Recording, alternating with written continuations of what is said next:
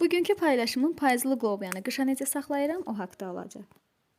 Lobyanın qışa bir neçə saxlanma üsulu var, amma inanın ki, ən dadlı və ən ilk günkü dadını özündə saxlayan forması bu olduğu üçün mən illərdir ki, lobyanı qışa bu formada saxlayıram. Bunun üçün ilk öncə lobyaları tağdan dərirəm və onları xırda-xırda doğrayaraq bol su ilə yuyuram.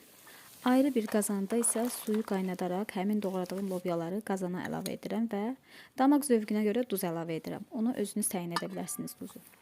Lobyaların qaynamağını əllə yoxladıqdan sonra, yəni əlinizlə yoxlayın, əgər yumşalıbsa artıq demək yığmağa, bankaya yığmağa hazırdır.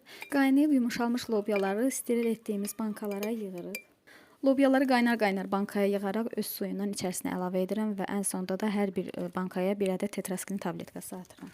Qapaqlarını da kip bağladıqdan sonra bir gecə isti adyalda gözlədirəm. Bu üsulla bağlanan lobyalar ilk günkü təravətini və dadını qorumuş olur. Sınayın, peşman olmayacaqsınız. Bəs siz lobyanı qışa hansı formada saxlayırsınız?